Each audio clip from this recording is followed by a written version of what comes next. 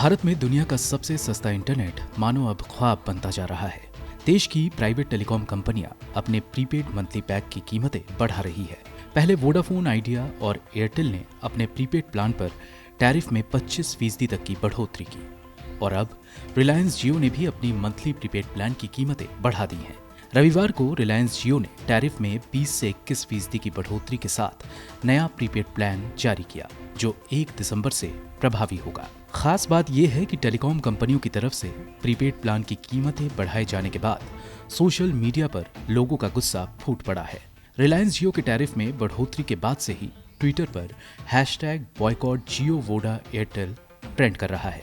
इसके बाद अब सोमवार को ट्विटर पर #BSNL टॉप ट्रेंडिंग में है। लोग it's now time to switch to BSNL network के पैम्फलेट के साथ ट्वीट कर रहे हैं और कह रहे हैं कि अब 2010 में लौटने का समय आ गया है, जहां BSNL सबसे सस्ता मोबाइल नेटवर्क ऑप्शन था। लोग #बॉयकॉट जियो वोडा एयरटेल के साथ BSNL में स्विच करने की सलाह दे रहे हैं।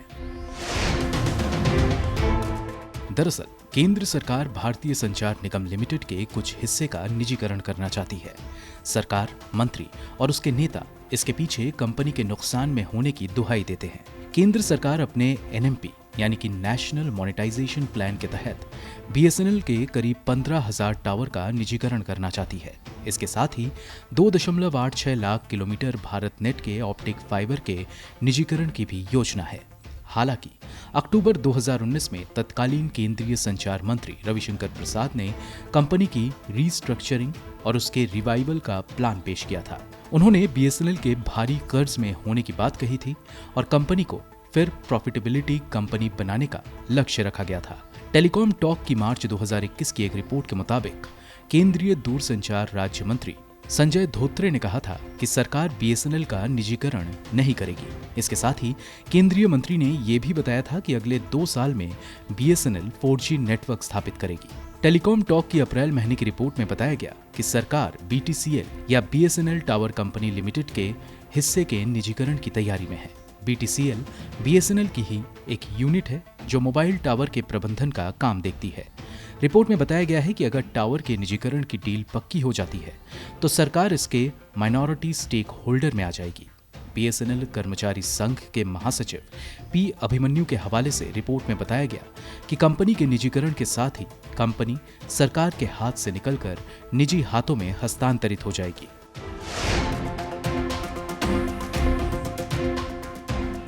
जानकार मानते हैं कि प्राइवेट कंपनियों के प्रीपेड प्लान महंगा करने से BSNL का फायदा होगा। इसकी वजह से सरकारी टेलीकॉम कंपनी का सब्सक्राइबर बेस बढ़ेगा और इसके साथ ही कंपनी की वैल्यू भी बढ़ेगी। हालांकि BSNL के टावर सिर्फ चुनिंदा जगहों पर स्थित हैं। BSNL BTCL के तहत 68,000 मोबाइल टावर का प्रतिनिधित्व करता है, लेकिन जानकार के मुताबिक कंपनी के स्ट्रक्चर पर ध्यान नहीं देने की वजह से कंपनी का नेटवर्क स्पीड बेहद खराब है। हालांकि आपको ये भी बता दें कि BSNL 7,000 टावर साइट रिलायंस जियो के साथ साझा करता है। इनके अलावा 13,000 ऐसे टावर साइट्स भी हैं जिन्हें कंपनी ने निजी ऑपरेटर को लीज पर दी हुई है। दरअसल पिछले दिनों BSNL ने अपने लाइफ टाइम प्रीपेड प्लान को खत्म कर दिया है और उसकी जगह 79 रुपए से एक प्रीमियम प्लान की शुरुआत की है, जिसकी वैलिडिटी 50 दिनों की है, लेकिन दूसरी कंपनियां इसकी वैलिडिटी 28 दिनों की ही देती है।